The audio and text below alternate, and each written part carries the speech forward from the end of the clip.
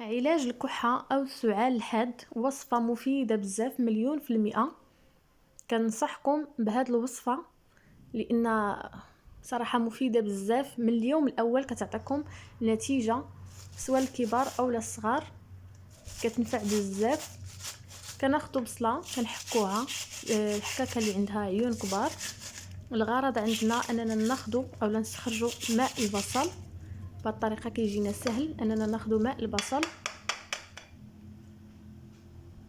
كنحتاجو ملعقة صغيرة عسل حر الأصلي، ملعقة صغيرة. بالنسبة لهاد الوصفة ديال ليلة الواحدة، يعني كل ليلة نقدروا نعاودوها من جديد. كنوعدكم أنكم غتلقاو نتيجة وراحة من اليوم الأول من استعمال هاد الوصفة. غادي ناخدو صفاية، غادي ندير شوية ديال البصل وغادي نضغط بالملعقة، وغادي ناخد تقريبا القياس ديال ملعقة كبيرة من ماء البصل صافي. وغادي نخلط ماء البصل مع العسل. ما كتحسوش بالحر ديال الماء ديال البصل نهائيا، يعني تقدروا تعطيوها لوليداتكم وتستعملوها حتى نتوما. النتيجه ديالها خطيره من اليوم الاول.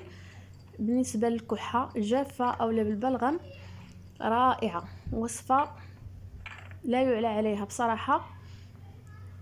هاد المكونات كيخرجوا لكم 2 معالق صغار اولا ملعقه كبيره. بالنسبه للاشخاص الكبار تاخذوها كامله، بالنسبه للصغار ملعقه صغيره فقط.